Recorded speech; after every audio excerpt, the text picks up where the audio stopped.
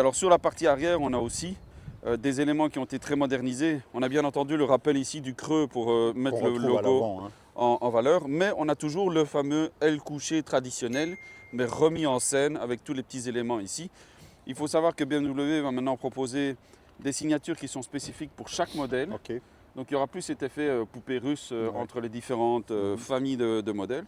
Donc ça c'est pas mal. Bah, ils Et ont puis, résisté à la tentation de faire un long voilà, jonc chromé sur toute la largeur, comme ça se exactement. voit Il n'y a de pas de plus jonc en plus chromé, il n'y a aujourd'hui. pas de jonc rouge ou quoi que ce soit. Maintenant Ouais. ici on a quand même quelque chose qui est avec une vraie personnalité BMW, mais quelque chose de très lisse aussi. Voilà, hop, tu vois ici il n'y a pas de complications. La poignée va être ici en dessous.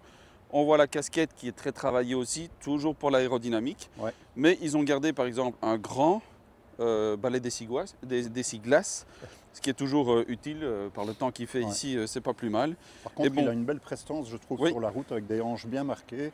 C'est assez il y a un côté musculeux sportif, comme il y a ça, un toujours ce peu côté un dynamique. petit peu propulsion Oui, aussi, qui ouais, rappelle ouais. l'ADN de BMW. Tracé sur l'arrière comme ça. Et alors, Ouais. dernière information, c'est la nouvelle police utilisée pour les nominations des voitures. C'est pas totalement différent de ce qu'il y avait avant, mais Mhm. c'est spécifique à la Neue Klasse et donc ça se retrouvera sur les modèles qui viendront après.